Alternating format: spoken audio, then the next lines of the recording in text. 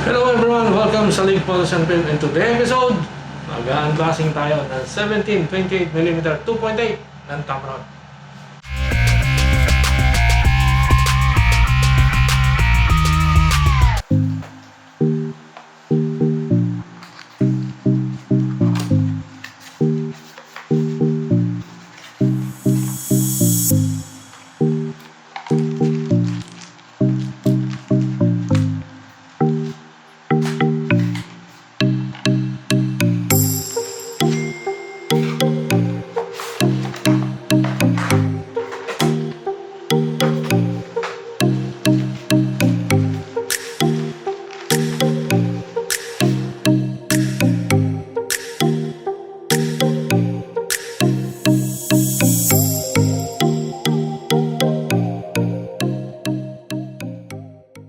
So guys, ito yung lens nito parang katulad din nung 28 by 75mm, no?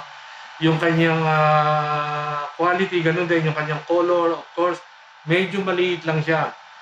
The same din, no? Meron pa rin siyang yung kanyang zoom lens nasa front side siya, compared do sa mga lenses na ang zoom nasa pinaka-end side siya. Ngayon, baliktad siya. So, kung Tamron naman lagi nyo ginagamit, masasanay na rin kayo dito.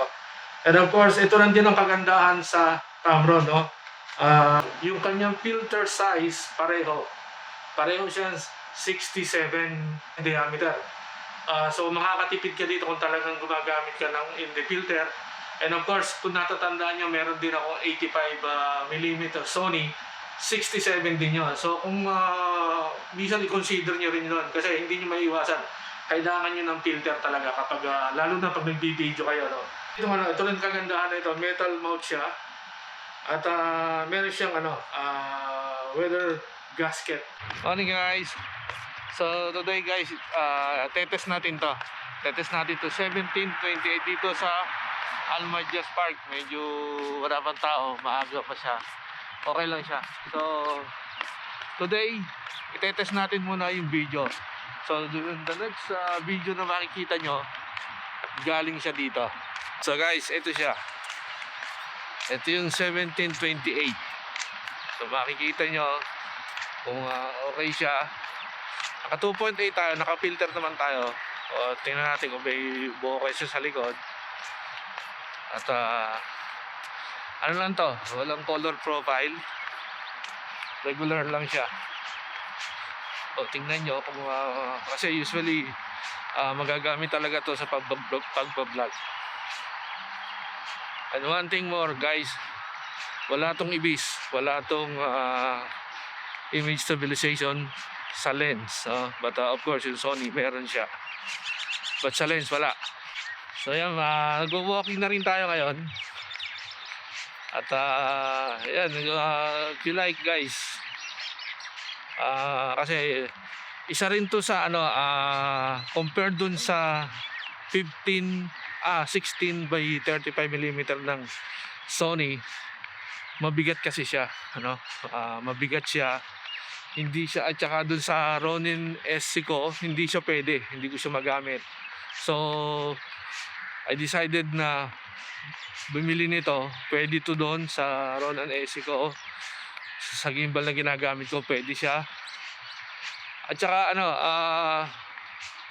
napakalaki ng diferensya nila, yung price difference nila, and yet yung outcome ng video, yung photos, sa tingin ko naman hindi na masyadong nagkakalayo, no?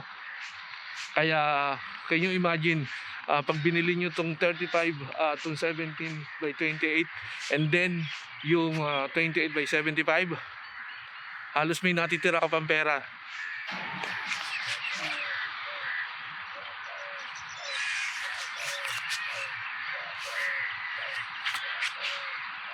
So guys, tinetesting natin yung focusing nito, kung mabilis siya o mabagal siya. At syempre, kapag wide na ito, pag nilapit nyo, talagang nadidistort siya, no? So ayan.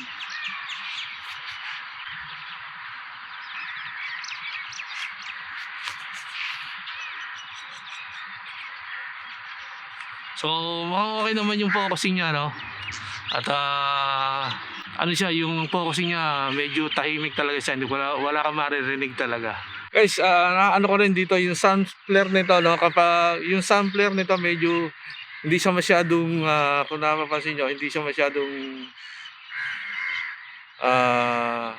kikita talaga, although may filter kasi ito, no? So guys, at saka ewan ko kung nabanggit ko sa inyo, no? Kung hindi kayo nagamit ng filter, at least yung protector lagyan nyo to, kasi yung front, kasi internal zoom siya, no? Meron siyang gap. So parang kung ang hangin towards dun sa lens o sa camera mo, baka pumasok yung gabok, especially dito, no? Mabuhangin dito. So make a point na lagyan nyo. Okay?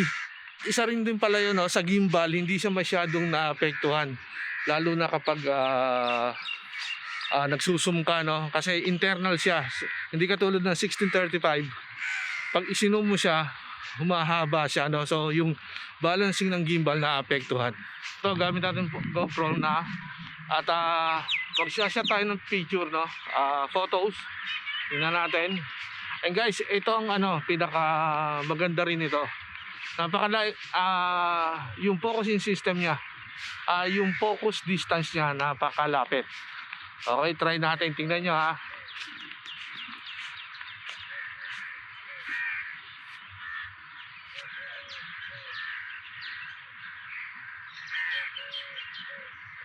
Ganyan kalapit siya.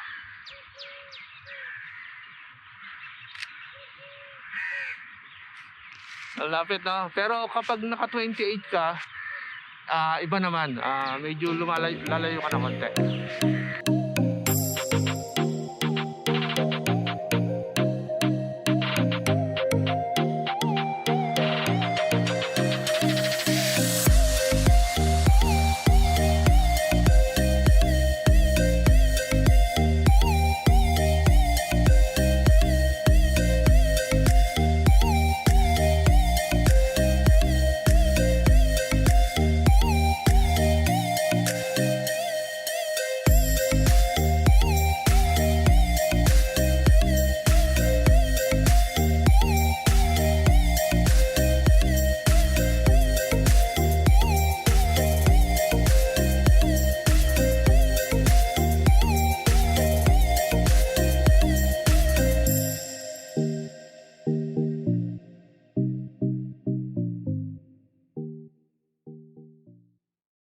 So that's it, guys. Maraming salamat sa inyong panonood dito sa ating video.